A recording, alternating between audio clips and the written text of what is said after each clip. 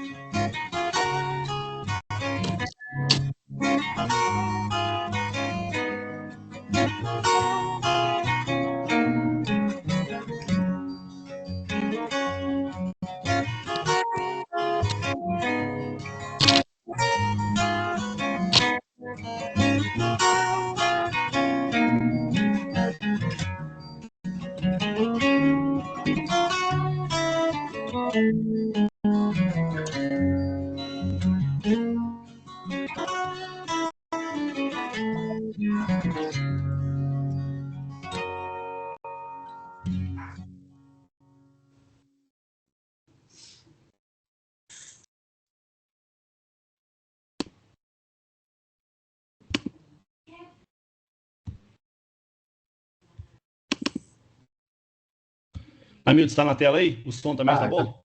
Está na tela, Adilson. Perfeito. Muito bem, pessoal. Como o Namilton já deu as boas-vindas, eu também reforço as boas-vindas a todos vocês, de maneira especial a Leila, que vai estar conosco aí, pela Congregação dos Oblatos de São José, lá do Paraná. Obrigada. Muito bem. Então, nosso assunto hoje é reavaliação institucional organização religiosa. Então, nosso foco hoje é falar da organização religiosa. Muito bem. Nessa nossa quinta temporada do Acts às 10, sempre às últimas quintas-feiras do mês, de 10 às 11 horas. Bom, nós estamos já trabalhando há muito tempo juntos no Acts, há mais de 20 anos. É um trabalho longo, e com congregações religiosas masculinas, femininas, no Brasil, fora do Brasil também com dioceses, arquidioceses, paróquias também espalhadas por todo o Brasil.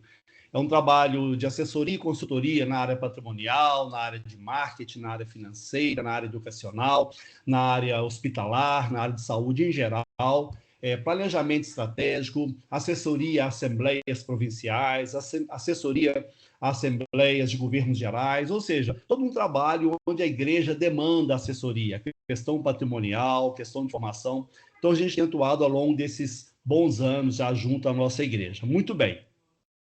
E aí, nós vamos falar, então, de reorganização institucional. Como exemplo, isso é um dado público, tá? Nós temos, por exemplo, a Arquidiocese de Belo Horizonte. O que compõe a Arquidiocese de Belo Horizonte? O que faz parte deste grande grupo, né? Então, temos a PUC Minas, a maior PUC do mundo, né? A nossa aqui de Minas Gerais, a PUC Minas.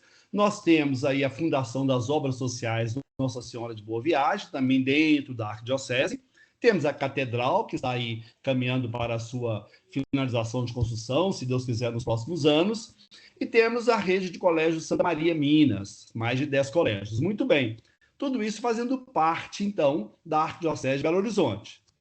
Bom, e o Papa nos disse que a igreja não é o Papa Francisco, né? O saudoso Papa Francisco, ele nos disse em 2013 que a igreja não é uma organização assistencial, não é uma empresa, não é uma ONG, é uma comunidade de pessoas enviadas, estimuladas, entusiasmadas, encorajadas pela ação do Espírito Santo. Muito bem. Eu diria que o Papa nos está nos dando uma dica da separação do que é igreja daquilo que é obra socioassistencial. E o Jesus Hortal, no livro, no Código de Direito Canônico, que ele traduziu em 83, que vem a tradução, tem as colocações dele no rodapé, ele deixa bem claro que a realidade a ser vivida é a canônica, além do Código. A chamada sociedade é o braço secular, ou seja, as obras socioassistenciais, colégios, na área da saúde também, das obras sociais, é o braço circular das instituições religiosas. Muito bem. E aí, pegando o exemplo, então, da Arquidiocese de Belo Horizonte, nós temos o lado canônico, que é a arquidiocese em si. E o que seria o braço secular, conforme Jesus Hortal coloca no Código de Direito Canônico de 83? É a PUC Minas, é um braço secular, é a Fundação das Obras Sociais também como um braço secular, a Catedral também como um braço secular, as atividades sociais que existem nela, e o Colégio Santa Maria. Tudo bem, então nós estamos separando o canônico do secular. Ótimo. E aí, dentro dessa ideia, o governo brasileiro também tem esse desejo. O imposto de renda, né, o leão do imposto de renda, ele tem o desejo também de separar. Porque, se nós lembrarmos bem, lá em 2008, quando estava se preparando com a medida provisória para aquela lei da filantropia 2101, que agora nós temos a nova desde 2021, a nova, né? Desde 2021, a 187, a lei complementar, já se tinha a ideia de separar o que era da igreja do que era da associação sem fins lucrativos. Igreja de um lado, escola, saúde e social do outro. Tanto nessa medida provisória 446, a ideia é que cada uma das entidades, social, saúde e educação, tivesse um CNPJ distinto, CNPJ próprio. Isso não passou. Então, a 12101, que veio em 2009, não veio com essa separação. Por isso que muitas entidades ainda permanecem com obras sociais, obras de saúde e obras educacionais, todas dentro do mesmo bojo, do mesmo CNPJ. Isto é legal, não é problema. O problema que existe é que dentro deste mesmo CNPJ, onde temos a associação, as obras sociais, aliás, obras educacionais e obras de saúde, tem também a vida religiosa ali dentro. Este é um problema sério. É este problema que a gente tem que tentar resolver com essa reorganização institucional. Claro, se quisermos detalhar ainda mais, podemos separar atividade religiosa, podemos separar atividade educacional, atividade social, e atividade de saúde. Também pode ser separado. Podemos ter 4 CNPJs, sem nenhum problema. Podemos também ter só um da organização religiosa, um da saúde, que é uma área mais complexa, e o outro comum para obras educacionais e obras de assistência social. Ou seja, isso é possível, mas muitas entidades ainda estão todas misturadas. Atividade religiosa e atividade socioassistencial no mesmo CNPJ. O que, no nosso entendimento legal, coloca em risco as instituições. É disso que nós vamos tratar, então. Ou seja, o que se propõe é separar o que é da igreja daquilo que é socioassistencial. Em outras palavras, a César o que é de César, a Deus o que é de Deus, para ficar mais claro o nosso entendimento, né? E isso está em consonância com a legislação canônica. Se nós pegarmos o cânone 22, no Código de Direito Canônico, está lá muito claro, as leis civis, às quais o direito da igreja remete, devem ser observadas, sem nenhum problema, também no direito canônico, com os mesmos efeitos, desde que não sejam contrárias ao direito divino e não seja determinado o contrário pelo direito canônico. Em linhas gerais, se a legislação do aborto ela é aprovada no Brasil, não quer dizer que também na igreja isso vai ser acatado, porque vai contra o direito divino. Agora, as outras legislações diversas, trabalhistas, a questão da LGPD, a questão da ambiental, a questão dos direitos autorais, tudo isso que é do direito civil também é acatado na igreja porque não é contrário ao direito divino. E no caso da reorganização institucional, nós estamos falando de uma legislação, por exemplo, a Lei 6.404, lá de 1976, estamos falando do Código Civil de 2002, com algumas atualizações, principalmente 2003. Estamos falando de uma legislação civil, onde ela deve e pode ser acatada, acolhida também dentro da nossa igreja, sem nenhuma perda, até porque temos que respeitá-la de fato, e ela não é contrária ao direito divino. Então, estamos aí consoantes, alinhados ao direito canônico no cânone 22. E podemos lembrar também o cânone 1284, no seu parágrafo 2º, onde diz que os administradores devem precaver-se para que, da inobservância das leis civis, não cause dano algum para a igreja. Ora, quem são os administradores? Somos todos nós que atuamos na gestão dos bens eclesiásticos. São os diretores e diretoras de escolas, de obras sociais, de hospitais, de clínicas. São os ecônomos, são as ecônomas, os provinciais, as provinciais, os padres, os bispos. Todas as pessoas constituídas e legitimadas como gestores dessas obras da igreja têm que atentarem para que, pela inobservância da legislação do nosso país, a nossa igreja seja penalizada, as nossas obras sejam penalizadas.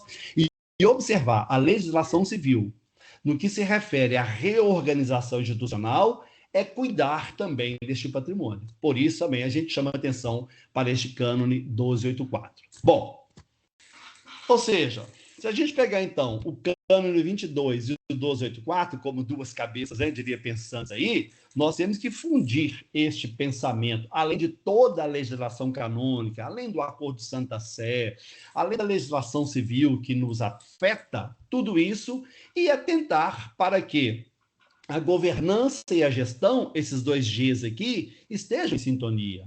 A governança, como se percebe, está um pouquinho maior e para cima, porque, de fato, é a essência ou a instância estratégica da instituição. Então, governança pensando no Santa Sé, governança pensando nos governos gerais, governança pensando arquidiocese e dioceses, e gestão pensando as obras. Então, aqui temos direcionamentos de governança, estratégias para serem vividos, aplicados nas obras. Governança macro, gestão micro. Então, os cânones, eles interpelam, eles afetam, tem tudo a ver com essa questão, governança e gestão. Muito bem. E como é, ou como era a Igreja Civil no Brasil, sob o aspecto civil? Até dezembro de 2003, quem queria montar algo, diria-se, no Brasil, pensando lá no artigo 44 do Código Civil, ou nós éramos uma associação, ou éramos uma entidade empresarial, ou éramos uma fundação. De maneira geral, a igreja foi criada, ou foi estabelecida civilmente no país como associações. Uma ou outra como fundação, mas de maneira geral como associações. A partir de dezembro de 2003, com mudança do Código Civil, passa-se também a ter uma nova figura jurídica no Brasil, que é a organização religiosa. Ou seja, até dezembro de 2003, não era possível ter uma organização religiosa como uma entidade civil. A partir de dezembro, tem-se essa possibilidade. E também de partidos políticos, que não é o nosso caso aqui, graças a Deus, né? Bom, só que até dezembro, as associações, elas se baseiam ainda no Código de Direito Civil, está certo? E é isso mesmo. Pega lá o artigo ali no artigo 60 e aqueles próximos ali, fala tranquilamente como que deve ser, como deve se montar, o que, é que tem que estar presente na estrutura de um estatuto, Código Civil. E no caso da organização religiosa, aí entra a expertise maior, que nós temos que olhar, sim, o Código de Direito Civil, é claro, mas também o direito canônico. Então, a gente já deixa claro, a partir daqui, que para atuar com organizações religiosas, é importante que as pessoas tenham conhecimento do direito civil e do direito canônico. Ela conheça do Acordo de Santa Sé, conheça das constituições dos senhores e das senhoras, conheça da regra de vida, conheça as diretrizes econômicas e financeiras do direito comum, do direito religioso, do direito canônico, e conheça também do Código Civil, conheça também da LGPD, conheça também da legislação trabalhista, do voluntariado, ou seja, é uma visão ampla, uma visão maior. Claro, os advogados contadores têm uma visão muito boa, extremamente técnica e eficiente da legislação civil, mas é importante também, no caso de trabalhar com a igreja, que conheçam também do direito religioso. Muito bem. Então, quando a gente fala de reorganização institucional, nós estamos dizendo o seguinte: nós temos uma associação civil, isso aqui é um exemplo de maneira geral, são assim no Brasil, muitas ainda, e muitas já foram transformadas, mas de maneira geral, esta era o modelo, né? Este é o modelo de uma associação civil no Brasil, claro, dentro da igreja. Tem as áreas da educação, pode ter também áreas de assistência social, podem ter também áreas da saúde. Podem ter as três, ou uma, ou duas. Mas também, dentro do mesmo CNPJ da associação civil, nós temos também as atividades religiosas, da vida religiosa consagrada, ou da vida do clero. Então, dentro de um CNPJ, nós englobávamos, ou englobamos em muitas situações ainda, todas as atividades daquela instituição: saúde, educação, assistência social e vida religiosa. Muito bem. Então, essa, de maneira geral, é a nossa situação no Brasil. Ok. Quando a gente fala de reorganização institucional, nós estamos falando o seguinte: pegar essa vida religiosa consagrada, ou essa vida ordenada, seja padres, ou seja religiosos, religiosas, tira da associação civil. E fazemos o que com isso? Até 2003, dezembro, não tinha como fazer isso. A partir de dezembro de 2003, nós podemos criar, então, um outro CNPJ da vida religiosa consagrada, da vida ordenada, ou seja, nós criamos então uma figura de organização religiosa conforme previsto no artigo 44 do Código Civil. Aí que vem essa possibilidade. Antes nós não tínhamos. Então eu tenho a associação civil agora, um CNPJ, e crio um CNPJ novo de organização religiosa. E o que vai ficar ligado? Quais serão as filiais, ou quais serão os centros de curso? Quais serão as casas que terão nessa organização religiosa? As comunidades religiosas, a casa de idoso, a casa da idosa, a casa de encontros, de retiros, o noviciado, o postulantado, o aspirantado, se tiver uma casa, a fábrica de velas, o bazar, produção de vinho, ou seja, aquilo ligado à vida religiosa está neste CNPJ. Aquilo ligado a atividades socioassistenciais, educação, saúde e assistência social, está na associação civil. E notem que o desenho está colocando a vida religiosa, o azul, acima da associação civil. E, de fato, é isso mesmo. Por que tem uma confusão no Brasil? É porque, como nós não tínhamos a possibilidade de criar organização religiosa, só tínhamos um CNPJ, então era só associação civil. É como se ela fosse a mais importante. E, de fato, ela é importante. A questão é que a vida religiosa consagrada é o cerne. A base é a vida religiosa consagrada. Depois vem a vida apostólica. A escola não foi criada antes da congregação. A escola veio depois da congregação. A obra social veio depois. A saúde veio depois. Mas, civilmente falando de CNPJs no Brasil, a organização religiosa vem depois. Mas, canonicamente, nós sabemos que ela vem antes. Então, a gente coloca o azul, né, a vida religiosa mais acima, é para dizer o seguinte, entre aspas, tá? Quem manda é a organização religiosa. As grandes diretrizes saem daqui. Governança está na organização religiosa e gestão está na associação civil. É por isso que tem esse desenho, inclusive, aí diria sintomático, né? A vida religiosa ela é maior do que a associação civil. Não podemos confundir isso. Muito bem.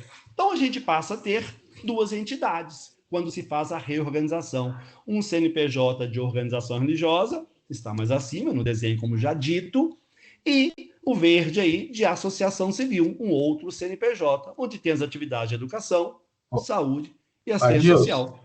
Sim. Adilson, é porque eu acho que está tendo alguma falha aí na internet, que é muito comum no Brasil também, né? Se você quiser me mandar a apresentação, deixa eu tentar compartilhar aqui e você fala, porque eu acho que o sinal pode ser daí. Eu achei que era o meu, mas acho que tem mais gente falando. Será que você me manda a sua Não está apresentação? passando. Então, estamos falando então de duas entidades a partir de agora. Então, a gente tem uma organização religiosa com seu CNPJ específico, 0001, sua terminação normal, e temos ainda mantida a antiga associação civil, porém, com as atividades bem definidas, educação, saúde e assistência social, separadas agora. Muito bem.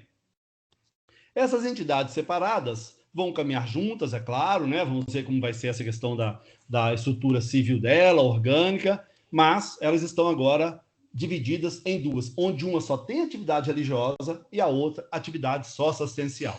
Essa é uma situação que a gente tem que fazer. Conseguiu aí, Namilton? Já está abrindo aqui, Adilson. Deixa eu só projetar aqui. Só um minutinho. Tá.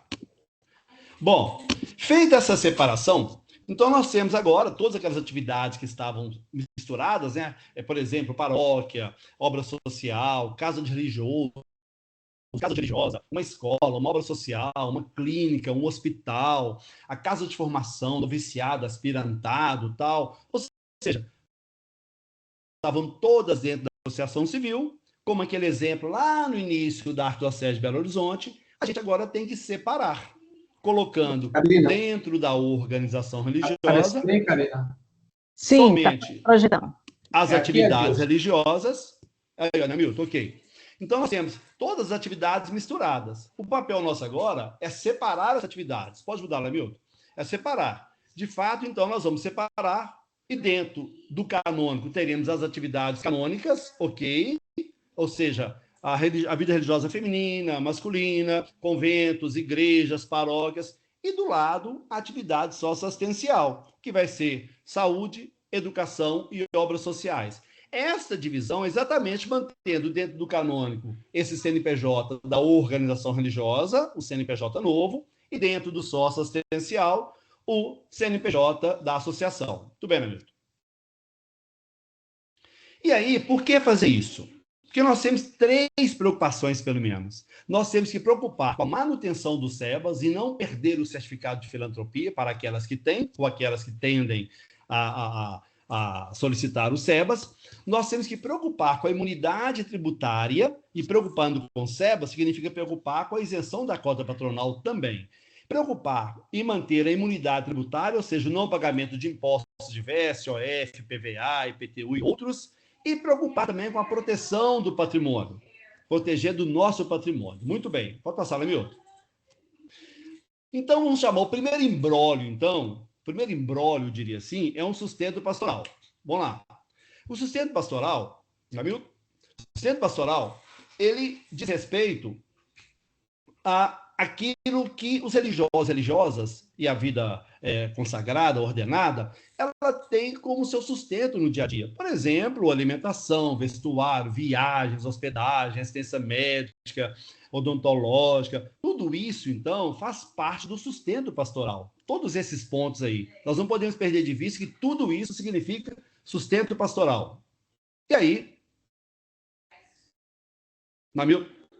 E aí, dentro de uma associação civil, nós temos, dentro do estatuto, vocês vão lembrar que lá no finalzinho do estatuto dos senhores e das senhoras tem: a associação não distribui lucros, vantagens ou quaisquer espécies, nem qualquer parcela de seu patrimônio. O que acontece?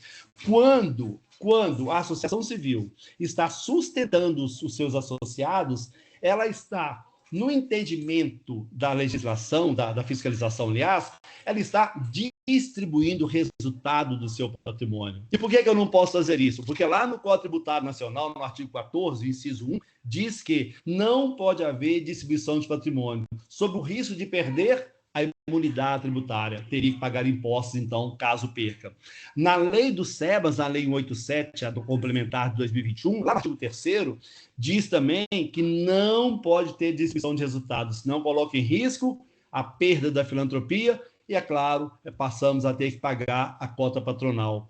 E no MIROSC, né, chamado MIROSC, o Marco Regulatório das Organizações da Sociedade Civil, a Lei 3.019, também diz que para formalizar parcerias, né, ter fomento, colaboração com os municípios do Estado, também não pode ter parcela do patrimônio distribuída. Ou seja, a associação, então, ela tem que atentar para não distribuir patrimônio, que significa não sustentar os seus associados. Pode passar, Milton? Ou seja, como que nós vamos relacionar as finalidades da associação com as despesas? Compra de remédios, cuidador ou cuidadora de idosas, fisioterapia. Não tem como, porque eu estaria saindo daquela situação, ferindo o Código Tributário, ferindo a lei de filantropia e ferindo o BIOSC. Então, é um ponto já que nos chama a atenção. Muito bem. O segundo imbróglio é a proteção patrimonial. Em caso de dissolução da associação, como fica esse patrimônio? Vamos ver. Ora, a associação diz o seguinte: no caso de dissolução ou extinção, está lá no estatuto de maneira geral, paga os compromissos, o remanescente de seus bens será revertido em benefício de uma entidade certificada, mudança da lei 187/2021, esse ponto aí, ou entidade pública, a critério da Assembleia Geral. O que a gente fala, então? O risco, em última instância, é que esse bem pode ir, esse patrimônio, para uma entidade pública. Então, por que está desse jeito aí? Porque o Código Civil exige que defina para onde vai no caso de solução. O MIROSC também define no artigo 33 para onde vai os bens em caso de solução. O SEBAS também define para onde vão os bens em caso de dissolução. Ou seja, então, o risco patrimonial ficando na associação é um risco iminente também de perda. Muito bem. E temos o terceiro imbróglio, diria assim, é a aplicação do superávit. O superávit verificado nas associações civis, para onde vai esse valor? Ele não pode ir para o exterior. Vamos lá, né, Milton? Ele não pode ir para o exterior, porque o Estatuto Civil é muito claro, aplicar integralmente no país os recursos na manutenção dos objetivos institucionais, no desenvolvimento das finalidades. Quais finalidades? As finalidades estatutárias. E o Código Tributário Nacional deixa claro para entidades sem fins lucrativos essa mesma situação da aplicação no país. A lei do SEBAS, a mesma coisa, exige aplicação no país, o que não é, de fato, uma situação justa, né? Porque tem uma troca, né? Cede, então, a imunidade, a isenção de impostos, por exemplo, né? Ou imunidade tributária, e eu tenho, em contrapartida, que aplicar aqui no nosso país. Então, um outro problema é que os recursos de uma associação civil não podem ser enviados para o exterior. Pode passar. Ou seja, os recursos para uma casa geral, recursos para a Santa Sé, recursos de obra para o Obra de São Pedro e outras, né? E outras não pode mandar para o país. E a gente vê em alguns estatutos essa colocação, ou, aliás, em algumas constituições, cada província, cada delegação ou vice-província deve enviar à Cúria Geral um valor. Isso, canonicamente, é correto para ajudar a manter os governos gerais, ajudar a manter a Santa Sé, mas dentro do Brasil, uma associação, por força legal, a nossa legislação impede que isso aconteça. Ou seja, falando de 3 impactos.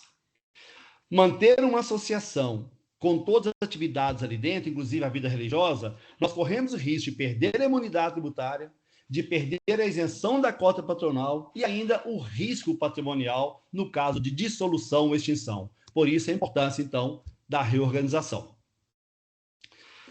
Só um exemplo. Vamos pegar uma mantenedora, tá? Com uma folha salarial aproximada de R$1,5 milhão, que não é difícil, né? Uma folha salarial de R$1,5 milhão por mês não é difícil numa mantenedora com poucas atividades. Ela vai ter aí, caso perca o certificado da filantropia, um recolhimento mensal aproximado de R$450 mil, pode ir, Hamilton? O que significa um recolhimento anual aproximado de R$5,4 milhões se perder o SEBAS, porque ela está ali, por exemplo, sustentando os seus associados, as suas associadas. É um grande risco isso.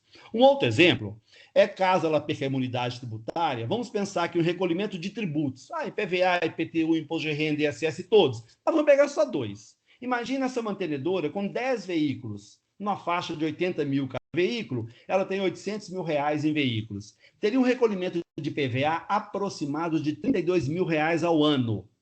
E ela teria, uma simulação também, 40 milhões em imóveis. Vamos imaginar aqui.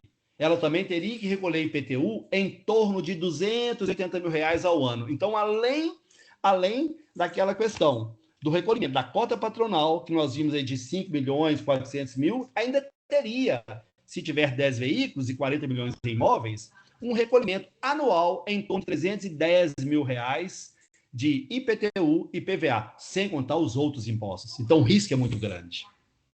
Assim, qual é o encaminhamento? Uma segregação patrimonial, ou seja, cisão na associação civil e incorporação na organização religiosa. Tiramos o patrimônio da associação e levamos para a organização, que ficaria dessa forma.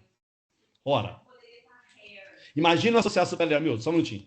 Uma associação civil, só um exemplo, um colégio A, uma obra social A, hospital A, um colégio B, obra social B, um colégio B. Hamilton. E cada um tem um imóvel. Imóvel A, imóvel B, imóvel C, imóvel D, imóvel E. Claro, cada um está no imóvel. Todos de propriedade da associação civil. O que nós faríamos, então? Esses imóveis saem da associação e vão para a organização religiosa. É só transferir? Não, não é uma situação simples assim, né? Tem toda uma legislação que rege sobre o tema, sobre o assunto, toda a elaboração de documentos, para que isso seja feito. Então, notem, os imóveis onde funciona o colégio, as obras, os hospitais, os colégios permanecem funcionando, a atividade educacional, atividade social, atividade de saúde, continua funcionando no CNPJ da Associação Civil. Mas o patrimônio imobiliário muda de dono, ele sai da associação e lá no cartório a gente tem que fazer a transferência para a organização religiosa, claro, com toda a complexidade que exige este processo. Mudou de dono, só o imóvel. A atividade continua na associação. Assim, Hamilton. Oi, Adilson, 5 minutos, tá? Tá. Assim, o que acontece? Nós vamos gerar, então, recursos para a organização religiosa. Então, notem, só um minuto. Nós temos a organização religiosa de um lado e a associação civil do outro. Só que agora, quem é o dono dos imóveis? A organização religiosa, não é isso? Nós não passamos cartorialmente para ela? Então, a organização aluga os imóveis para a associação civil e a associação civil, Hamilton, paga o aluguel para a organização religiosa. Ou seja, capitalizamos a organização religiosa através dos aluguéis, e aí a organização religiosa pode sustentar os seus membros, pode enviar recursos para a Casa Geral, pode ajudar as obras da associação civil, porque o dinheiro sair da organização religiosa para a associação civil é permitido, é possível. O dinheiro sair da associação civil para a organização religiosa, se não for, por exemplo, como aluguel, não pode ser feito como hoje é feito por muitas associações civis. Manter o sustento dos religiosos, manter formação, manter envio para o exterior, por exemplo, né, manter a Casa Geral, isso não pode pela associação civil, mas pode pela organização religiosa. Então, quando falamos de reorganização institucional, é criar uma organização religiosa, um CNPJ, ou transformar um já existente, às vezes tem 2 de associação, ou 3, ou 4, ou mais, Um desses é transformado em um CNPJ da organização, manter o mesmo CNPJ, mudando o estatuto, e essa organização absorve o patrimônio da associação. Ele é cindido aqui da associação e incorporado na organização. A organização ela fica rica, patrimonialmente, economicamente falando, então ela pode fazer essa transferência de recursos para a associação e suas obras. Muito bem. Vamos agora, então, ouvir um case dessa cisão parcial que ocorreu na Associação Padre Pedro Magnoni, de Educação e Cultura, que é dos Oblatos, incorporando na Congregação dos Oblatos, província Nossa Senhora do Rocio, lá em Curitiba, no Paraná. A Leila Carvalho, que é a gerente da congregação, gerente administrativa e financeira, vai falar para a gente sobre este processo que ocorreu lá. Leila, por favor. Obrigada, Dilson. Namilton, está na sequência ou eu coloco outro arquivo? Está na sequência. Está na sequência. Tá bom. Eu que agradeço pelo convite. Eu acho que falar um pouco sobre essa reorganização, essa cisão dentro dessas instituições é um assunto bem polêmico, né? A Congregação dos Oblatos de São José, ela está há mais de 100 anos no Brasil, e como você explicou lá atrás também, ela também era uma associação, né? Onde tinha toda essa mistura entre o religioso e também o negócio, né? Vamos chamar assim. A congregação, ela tem uma rede de educação, são 7 colégios, no estado de São Paulo e também no estado do Paraná. E a decisão pela cisão, a maturidade, o discernimento para tomar essa decisão, ela demorou um bom tempo, né? Então, nós ficamos aí nessa discussão junto ao provincial, à Casa Geral na Itália e tudo, do momento e de como fazer esse caminho, no mínimo aí por 5 anos, tá? No ano de 2024, depois de amadurecer e já ter agendado o início desse processo e também com a própria pandemia, a gente acabou deixando para depois, esperando mais um pouco, amadurecendo um pouco mais essa ideia, né? E com isso a gente acabou tomando uma decisão junto ao Conselho, tá? Com o apoio da Casa Geral lá na Itália, de fazer a cisão aí no ano de 2024. A congregação, ela tinha 14 filiais, então ela era, juridicamente falando, uma matriz com 14 filiais. Então, a gente fez exatamente esse caminho aí com a ajuda da Axis, tá? Nós quebramos isso, deixamos a congregação, esse nome até de Congregação de São José, uma organização religiosa, eram 6 filiais, na realidade eram seminários, noviciados, que ficou abaixo dessa congregação, dessa UR, e continuou-se no que já tinha a associação com a rede de educação, tá? Essa rede de educação, ela é filantrópica, ela tem o SEBAS, tá? E por causa disso, a gente preferiu não mexer, deixar a associação lá quietinha. Nós criamos um novo CNPJ, criamos um novo estatuto, tá? E, juntamente com a Axis, aí, a gente fez todo um cronograma de todas essas etapas. Namilton, se você puder mudar para mim, por favor, a tela. Desenhando ali quais seriam essas etapas que nós teríamos que passar. Namilton, você muda para mim, por favor? Obrigada. Então, de uma maneira, acho que você passou um. Pode voltar um lá, por favor. Isso. Mais um, Namilton. Isso.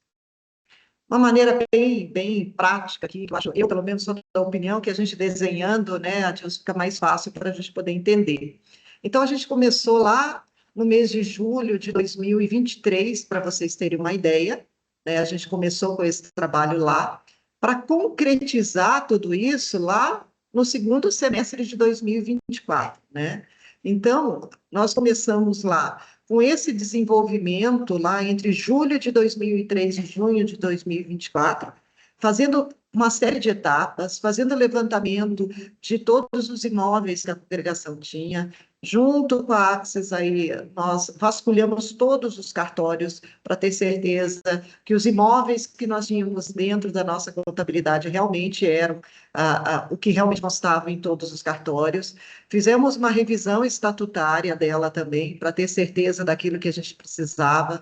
Olhamos toda a parte de folha de pagamento também, para ter certeza quem eram os colaboradores que estavam exclusivamente na UR, como é que ficaria isso. para daí, lá em julho de 2024, realmente, a gente entrar com um parecer ali da auditoria, né, que a auditoria fez, nós encerramos contabilmente aqueles 6 primeiros meses do ano, fizemos o parecer da auditoria, fizemos o laudo pericial, tá?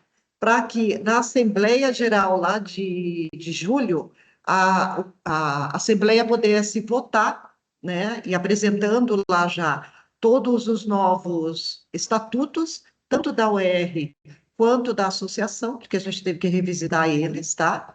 E isso foi aprovado lá em julho de 2024.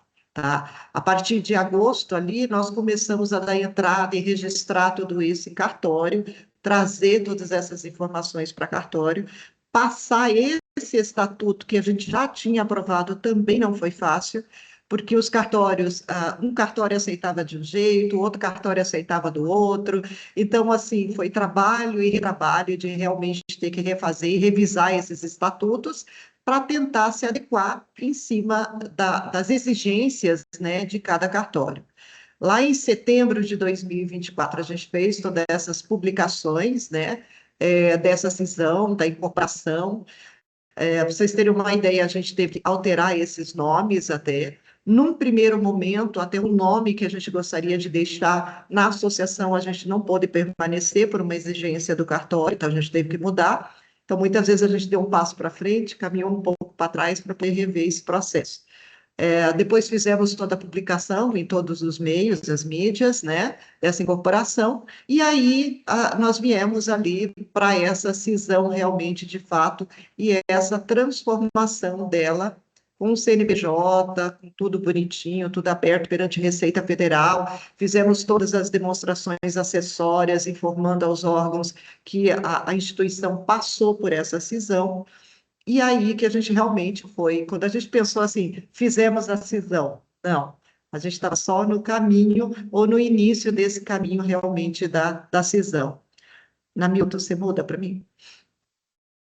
Abrindo um pouquinho mais aqui para que vocês também consigam entender, né?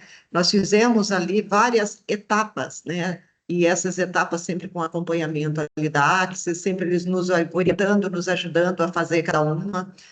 Desde o levantamento de imóveis, que eu comentei com vocês, desde, não só levantamento, mas definição. Também a gente levantava todos esses itens, vamos falar assim, que são os imóveis, os veículos, os móveis, todo o acervo, a questão do pessoal, trazia isso para o Conselho Provincial, para que o Conselho realmente aprovasse aquilo, e a partir de todo esse levantamento, verificar principalmente ali as questões tanto de imóveis quanto de veículos, para ver se não tinha nenhuma restrição nesses imóveis, nada que impedisse amanhã ou depois a gente transferir, ou seja, os veículos, se não estavam financiados, os imóveis, se não estavam penhorados, ou se não tinha alguma trava, algum problema diante das escrituras, né? Porque numa congregação que tem mais de 100 anos, muitas vezes o que acontece?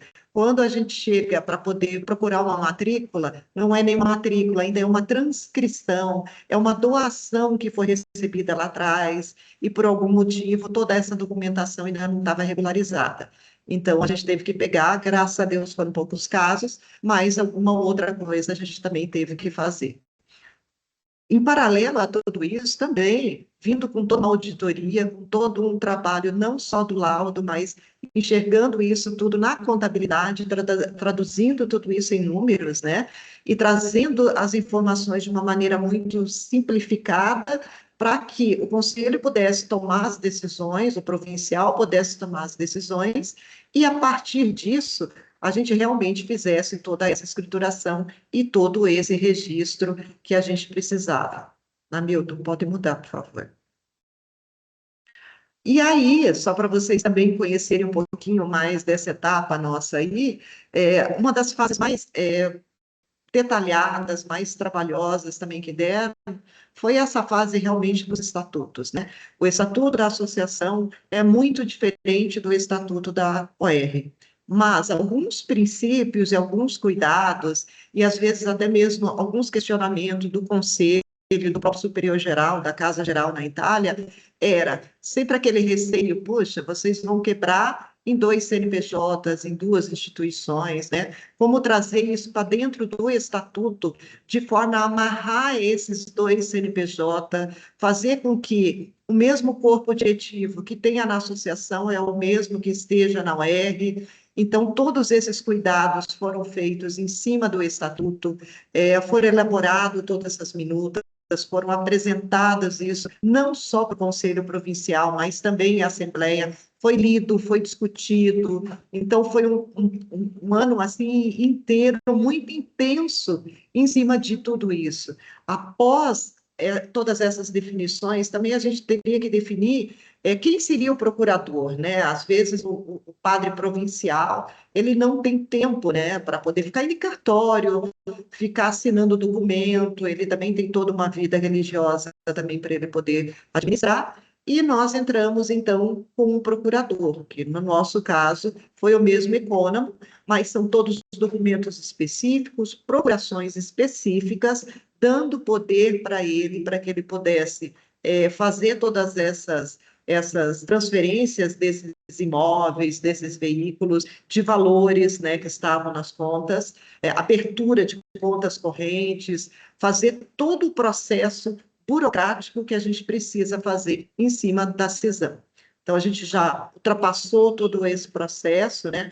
Estamos aí com um ou outro pendente, aí a parte de imóveis, já estamos já na etapa ali, todos os colaboradores foram transferidos dentro do mesmo grupo econômico, não houve a necessidade de fazer mais custo, fazer rescisão, fazer uma recontratação na UERJ, não, foi todos feito transferência, tá?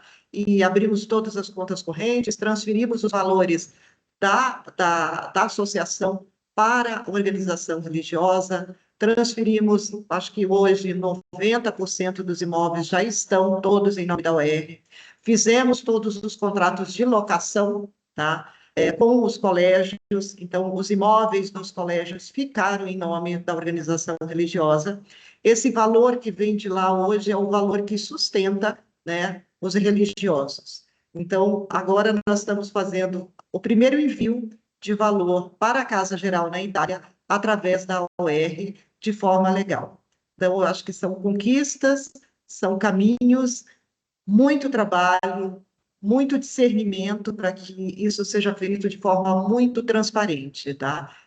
Eu acho que hoje a congregação ela consegue ver, foi o primeiro encerramento de balanço, né, que nós fizemos agora, enxergando separado o que é associação, do que é organização religiosa. Então, eu acho que isso também traz não só segurança jurídica, né, que a gente não possa perder o SEBAS e todos aqueles riscos de se manter o religioso, o que pode ser questionado, mas principalmente até mesmo para a gestão de quem está em cima do Conselho Provincial, para conseguir enxergar realmente a operação, aquilo que traz sustento, né, para a congregação, se o negócio ele realmente está trazendo resultado, fica mais visivelmente mais fácil de entender e de fazer realmente a gestão e análise em cima dos números contábeis, né? Falando aí um pouquinho do que é a associação e do que é o R. Então, a congregação está nesse caminho, acho que foi uma decisão muito acertada. Ainda estamos nessa construção, ainda temos muita coisa ainda para poder acertar e melhorar. Mas, com a ajuda aí da Axis, esse caminho ele foi trilhado de maneira mais tranquila. Muito obrigado, Leila. E, de fato, um trabalho bem pesado, porque a gente sempre fala com as congregações, olha, o trabalho é todo técnico, mas cartório, infelizmente, as interpretações não deveria ser assim, mas os cartórios interpretam como querem e colocam impedimentos. E os impedimentos de cartórios, a gente não pode bater de frente. A gente tem que ir contornando. Por exemplo, uma vez no estatuto estava escrito celereiro. Por que é isso aqui? Se ele não existe, não, celereiro é o responsável do financeiro, é o tesoureiro econômico. Então coloca tesoureiro. Não, é celereiro, conforme as constituições. Ah, mas esse nome não passa. Aí colocamos celereiro, entre parênteses, equivalente a tesoureiro. Ah, agora ficou bom. Ou seja, a gente vai caminhando conforme a língua do cartório. Exatamente. Agora, é claro, como a Leila colocou, com todo o apoio da gestão. Se não tiver um apoio dos governos provinciais, né? dos conselheiros, conselheiras, superiores, bispo, padres, e também uma equipe boa, como a Leila encabeçou isso também na equipe dela, nós tivemos um trabalho muito próximo da Leila esses 2 anos aí, Sim. isso funciona. Então, é importante que tenha um apoio da governança, né, do governo provincial, né, do governo episcopal, e também o apoio de quem está ali com os leigos e as leigas. Então, a liderança do leigo e da leiga é essencial também para que a coisa caminhe. E aí, é claro, no final deu tudo certo, né, Leila? Graças a Deus. Sim, graças a Deus deu tudo certo. Muito obrigado, viu, Leila, pela sua fala. Nada, Hamilton, que vamos isso. abrir, né, para perguntas, né? Obrigado aí, Leila, mais uma vez, pela Nada, clareza Hamilton. e pela facilidade aí do ponto de vista de quem está participando da ação, trazer um pouco, né, para as pessoas aí entenderem, né, o tempo realmente ele é curto, mas eu acho que foi fundamental aí, esclarecedor os seus pontos, o Adilson do ponto de vista técnico, e você aí complementando, desde já agradeço. Primeiro, quero Nada, né, Milton? pedir E eu me coloco, inclusive, à disposição, né, de vocês como um todo, se alguém tiver alguma dúvida, alguma coisa. Eu sei que o tempo nosso aqui é muito rápido também, né? Mas a gente está aí para poder apoiar, né? Somos co-irmãs, né, como congregações, como religiosos, e me coloco, de uma maneira geral, à disposição. Ótimo. Obrigado, de antemão, eu gostaria de pedir a paciência um pouquinho aí, nós tivemos essa questão da internet, né, um pouco, demorou um pouquinho, nós vamos passar aí 10 minutos do nosso tempo, nós terminamos exatamente 11 horas, mas em função disso eu quero pedir a gentileza, a compreensão, em função da importância do tema, e tem perguntas aqui muito interessantes. Mas, Adilson, vamos começar aqui. Tem 2 perguntas no mesmo sentido, eu vou juntar aqui o que é. A pessoa falou assim, do Acordo Brasil com a Santa Sé, que assegura que a Igreja Católica reconhece as instituições assistenciais religiosas, igual tratamento tributário e previdenciário também, né, óbvio, para por entidades de serviços congêneres, ou seja, o Acordo Brasil está se garantindo também para a Igreja. Isso não é igual para obtenção e manutenção da imunidade? Ou seja, está falando aqui do Acordo Brasil está certo que garante à Igreja o mesmo tratamento dado às entidades imunes. Aí, certamente, provavelmente, ele está falando aqui de SEBAS. Não é a mesma coisa? Ele está procurando saber assim, por que tem o decreto e ele não vale? Acho que é nesse sentido. Adilson? O decreto ele deixa isso bem claro, mas a gente tem que lembrar que no finalzinho do texto vem assim, respeitada a legislação brasileira. E o que é respeitar a legislação brasileira? É fazer com que a organização religiosa, então, ela também possa obter os SEBAS. Não tem impedimento. A questão é que, obtendo os SEBAS, ela entra naquela situação de investir, aplicar no próprio país. Aí ela entra na regra que existe na lei da filantropia, ela entra naquela situação do marco regulatório do terceiro setor, de não distribuir resultados. Então, uma organização religiosa certificada, ela passa a seguir as mesmas exigências de uma associação certificada. Pode ser?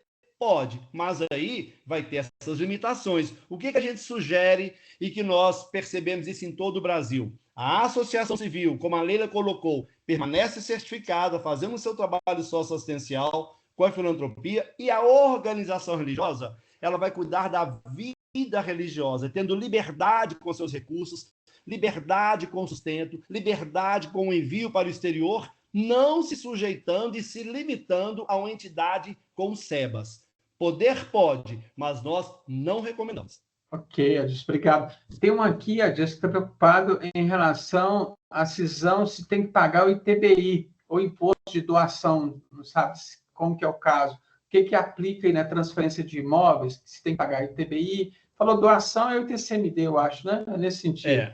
Ok, Namilton. Olha só, a cisão patrimonial com incorporação, por força legal, ela não tem pagamento de impostos, seja de entidade filantrópica, de entidade de associação religiosa ou não, qualquer uma. Uma Estácio de Sá fazendo uma cisão com a Anhanguera, a situação é a mesma, não tem pagamento de impostos. Então, nem para eles e nem para nós, né? Associações sem fins lucrativos e organizações religiosas.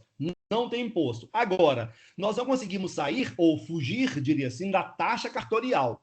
Então, o que nós fazemos? Durante o processo de cisão, a gente avalia um custo médio, onde as entidades têm os seus bens, porque varia de estado para estado, conforme o Tribunal de Justiça de cada estado, é que são definidas as taxas cartoriais. Então, a gente faz uma análise prévia para ter uma ideia do montante que a entidade vai despender com as taxas cartoriais nas transferências. Neste caso, a gente não consegue se eximir do pagamento da taxa, mas impostos não tem. Ok. Obrigado, Adilson.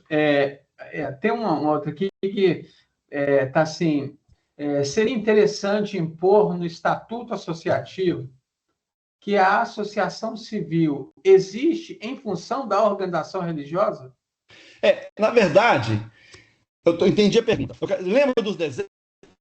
Organização religiosa acima da associação? Exatamente, quem manda aqui é esse aqui. Quem manda não é um diretor de escola, não é uma diretora de escola, não é um diretor de hospital, pode ser leigo ou religioso. Quem manda é o provincial, é a provincial, é o governo provincial. E, infelizmente, né, nós somos a igreja, eu sou diácono permanente, estou dentro da igreja, mas, infelizmente, a gente percebe que quem manda, muitas vezes, é quem tem um recurso financeiro. Então, o diretor de uma faculdade católica, de um colégio católico, de um grande hospital católico, manda mais do que o provincial ou a provincial. Infelizmente, é assim. Mas, estatutariamente, a gente consegue amarrar, deixando bem claro que o poder vem de cima. O poder, inclusive, do superior ou da superior ou do bispo, nomear o diretor, o presidente da associação. Não precisa nem ter eleição na associação. Pode ser a nomeação do superior ou da superior ou do bispo, nomeando pessoa de confiança dele. Isso não tem nada de errado. Mas não é democrático. Não importa. Aqui nós estamos falando de cuidado, proteção do patrimônio, proteção da instituição, como a Leila colocou, mais de 100 anos. Nós atendemos os mercedários lá atrás, 800 anos, outras de 500, 300, 400. Ou seja, para manter a igreja viva, essas coisas têm que ser muito bem feitas e amarradas. Então, é possível, sim, amarrar os estatutos, deixando bem claro a questão da hierarquia e da autonomia concedida e limitada, ilimitada e limitada para os membros da associação. Isso é tranquilamente possível de fazer, Hamilton. Ótimo. Tem duas aqui, Adilson. A organização religiosa pode enviar dinheiro para a associação? E aí eu vou emendar com a segunda, que tem a ver com esse tema, que fala: a Casa Geral está fazendo um estudo para investimento financeiro coletivo em países, em Roma, né, para fazer lá em Roma. A UERJ do Brasil, ela poderá participar desse investimento? Sim, nas duas perguntas a resposta é sim. O que a gente sugere é o seguinte: a associação precisa de recurso, a organização religiosa tem. Então pode fazer um mútuo para ela, pode emprestar, ou então pode até doar. Agora, é importante que tenha um documento para lastrear o processo. Me manda 500 mil pagar a folha do 13º, manda 500. Não é assim. Não que não possa, mas nós somos mais conservadores. A gente sugere que tenha um documento, que tenha um projeto, possa ser 1, 2 páginas, amarrando aquele processo de transferência. Tivemos problemas no Brasil recentemente, de uma associação repassando recursos para várias entidades, e não tinha nenhum lastro, só mandava e pronto. Já não podia mandar como associação, muito menos sem lastro. Então, no caso da organização religiosa, o que a gente sugere é que tenha sempre uma justificativa. Por que aquele dinheiro foi enviado? Inclusive, a depender do envio, da forma, o porquê do envio, que tenha prestação de conta daquele projeto que foi feito com aquele dinheiro enviado pela UERJ. Isso dá mais segurança e dá maior credibilidade e transparência, inclusive para quem está, como para os próximos governos, para evitar que tenham críticas de dinheiro que saiu enviando ao Léo, e não é assim, né? Todos vão ter uma justificativa técnica para isso, ok? Então é bom registrar e ter um documento aí probatório. Com ressalva, né, Adilson, que quando se coloca que a organização religiosa pode mandar, é importante observar se juridicamente, junto à Receita Federal e no Estatuto, ela está caracterizada como organização religiosa. Porque, às vezes, a pessoa está constituída ali na prática como organização religiosa, mas do ponto de vista civil, como você bem explicou, pode estar caracterizada como associação privada. Né? Estamos fazendo agora, em São Paulo, não vou citar o nome aqui não, em São Paulo, uma transformação do Estatuto para a organização religiosa, mas, na verdade, a entidade já é organização, mas o estatuto está de associação. O estatuto limita recurso para fora do país, o estatuto limita o sustento dos religiosos, mas olha só, é uma organização no CNPJ, mas o estatuto tem um rosto de associação. Parece, mas não é. Então, a gente tem que deixar de forma muito bem colocada, isso aí que você lembrou, deixar alinhado o estatuto com o CNPJ de organização ou de associação. Essa aqui veio para a Leila. Leila, como que foi o processo de esclarecimento ou teve muita dúvida por parte dos funcionários e religiosos? Acho que tentando entender aí, Leila, como é que foi, se teve muita dúvida, acho isso. Olha, por parte dos religiosos, sim, né? Vamos falar assim, no início, até ter esse discernimento, até compreender, é sempre aquele medo de dividir, né, a organização religiosa travestida aí de associação, o medo realmente da divisão. Isso gera muita insegurança. Então, isso para os religiosos foi um trabalho assim que, igual comentei, foram 5 anos aí de trabalho, fazendo pessoas para participar das assembleias, explicando, tirando dúvida. Então, foi assim um trabalho realmente de formiguinha, não foi do dia para a noite esse convencimento deles. Quanto a colaboradores, como que a gente separou? Foi a associação, foi a UR, a associação ela permaneceu, então, acredito eu, dos 700 e tantos colaboradores que nós temos, 760 colaboradores, apenas 20 colaboradores que foram para a OR. Então, assim, esses foram muito fácil. Apenas a gente teve essa transferência e comunicamos eles que eles estavam sendo transferidos de um CNPJ para outro CNPJ e não mudou nada na atividade, na rotina deles. Tudo bem, Leila.